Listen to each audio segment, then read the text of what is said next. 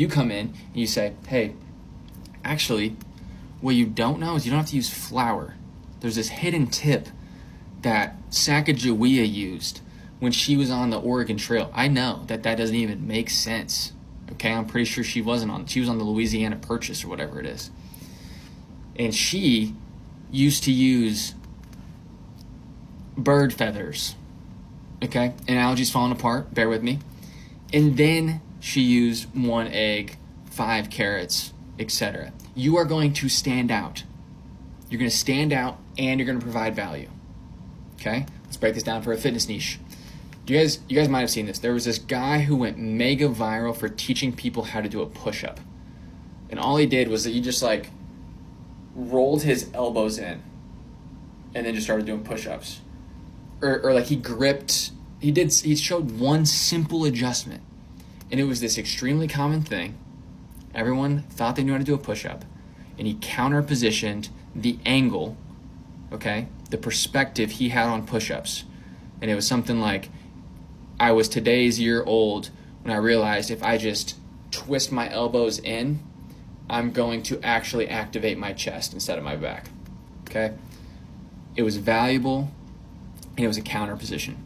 If you want to build a personal brand, especially in a very oversaturated niche, which I know so many of you are in, you need to find the pattern interruption, the counter position, and the value, okay? And you have to do hard work to go find it. It's going to take hours of research. It's going to take hours of testing. It's going to take 100 videos, okay? This doesn't come easy. You have to go put in the work to find what truly people find value, and it's going to get them to stop the scroll. And then you have to do it over and over and over, and you do it on a big scale with your branding. Then you do it on a small scale with your edits. And then you do it on a big scale again with the angle of the video. And you do it on a small scale with the hooks. Like, you just ebb and flow. And you just do it over and over and over again. One good thing my ex taught me was that the way I like to receive love isn't necessarily the way she likes to receive love. So let's go over the 5 love languages, shall we? So there are 5 main love languages, and all of them are important, but your partner is going to resonate very much with 1 or 2 of them. And it's important you learn them so you can show that you care and love them in the way they want it to be done. So the first one is physical touch. And yes, that does include intimacy in the bedroom, but it goes far beyond that. For me personally, I don't like anybody touching me unless I really like you. If I really like you, I want you in my skin. I want the head rubs. I want the arm scratches, kisses here and there, hugs, all that. But if I don't like you, don't touch me. Next up is words of affirmation, which is basically just verbal confirmation that they are enough. They are doing a good job, that you love them, you appreciate them, that they look beautiful or handsome. And especially if your shorty has a praise kink in the bedroom, it goes a long way, but that's a conversation for another time. Next up, we have acts of service. Now, as I've gotten older, this one's grown on me a lot because it shows consideration. Your partner not only took the time to think about you, but go out of their way to do something for you. Maybe it's there at the grocery store and they pick up your favorite snacks. Maybe they make you your favorite cup of coffee in the morning. Maybe she has a beer waiting for you right when you get home. And this might be a hot take, but I don't think doing basic chores around the house counts towards an act of service. I think it needs to be a little bit more thought out. Next up is gift giving, and I love both receiving and giving gifts, but I think a lot of people get hurt with this one because they think spending money is the ultimate form of showing love, which isn't necessarily the case for most people. So just make sure you are communicating your love and expressing your feelings in other ways as well. Also, I think people forget that gifts don't have to be expensive. They can be meaningful, and I think a handwritten note goes such a long way. And lastly, you have quality time, which just means being in each other's presence. I've seen couples do it 2 different ways. Some like to keep it a bit more chill. They just want to be in the same room together, vibing, even if they're not doing the same thing. And others like to be a bit more intimate. Maybe it's a date night, maybe it's cooking together, maybe it's going on a walk, and just getting to know each other on a deeper level. Let's spend my friend's $2,000 paycheck. For context, my friend just turned 22 and got his first big boy job, making $55,000 a year, and he wants to become financially literate, so we're going to help him out. He lives at home, has a paid off car, and has no credit card debt, so he's off to a great start, but let's take it to the next level. If you watch part 1, we made him a budget. Let's see if he stuck to it. This is my budget tracker that I have linked in my bio if you want to check it out. I'm going to pick one random person and create a custom budget for them. So this is my friend's post-tax bi-weekly paycheck, which comes out to $1,743.46. Then we have our bills category, our expenses, and our savings, and then we have our spending summary at the end, which we'll get to. So let's go through our bills. So he doesn't actually pay rent, but he pays his parents $250 in rent just to help out because he's that guy. Then we have a car payment, which is 0. He has a paid off car. We love that. Then insurance is $220. Phone bill is $0 because his job covers that. He has $40 in monthly subscriptions, and then he pays $40 for his gym membership. Now, it gets interesting when we look at his expenses because we budgeted $200 for groceries, but he only spent $120, which is great. But then we budgeted $100 for eating out, but he spent $300. I asked him what's good with that. He said he went to Crumble 6 times in 1 week. He's actually fucking wildin', but it's okay because it all balances out. Transportation is $0 because his work covers it. And then entertainment, we budgeted $150, but he only spent $48.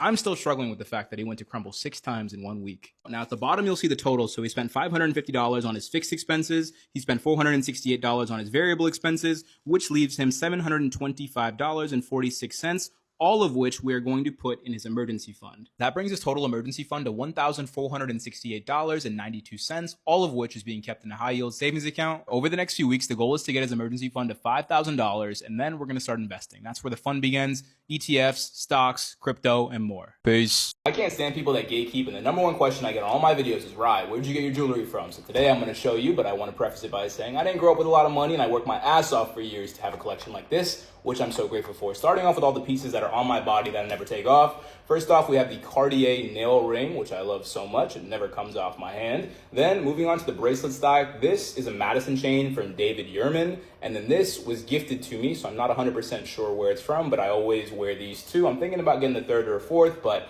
not 100% sure yet. And we have my prized possession, which is a 2023 Rolex GMT Master 2, aka the Sprite, aka the Lefty, which is my first big boy purchase. Oh, and for my necklace, I have the same Madison chain from David Yurman that matches the bracelet. I probably still have like 5 or 6 other watches at my parents' house that I collected over the years, but the only other watch that I really wear day to day is this Cartier Santos with a white dial in the size medium. And then this is one of the first watches I ever got for my brother. It's just an all black Guess watch, which I love to keep just for like sentimental reasons. Then this is like my corner of shame over here. This is like the jewelry that gets no love from me. Just a couple silver bracelets that we have over here that I don't really wear. Here is a little diamond tennis bracelet that I also don't wear. It's just like not really my style.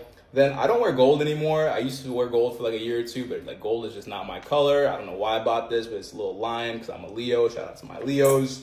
This gold necklace is not mine.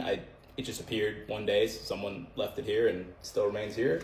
And then like a little gold ring right over here. The jewelry that I do wear, I love Game of Thrones, and Pandora had this like Game of Thrones collection. So this is like a little dragon moment right over here, which I love. I have the matching pinky ring for it as well. You'll probably see that in a lot of my videos, but I don't know where it is right now. It's somewhere in my closet. And then the 2 other rings that I wear, no brand, but I just found these probably at a thrift store or flea market. It's like a little lightning bolt ring right over here, and then just like a nice little chunky piece right over here. I really want to get some more jewelry, nothing crazy, but if you guys know of any good websites or stores to check out some silver jewelry, please let me know. Peace. I'm gonna hold your crotch when I say this, but nothing in this world is unrealistic if other people have it, but you're not gonna be able to achieve those things unless you're feeling your best. So I'm gonna teach you how to get your spark back. Starting off with number 1, you have to be okay with doing things alone because life and opportunities are not gonna always wait for your friends and family to be ready. And by you putting yourself out there, you are positioning yourself to make new friends, make new memories.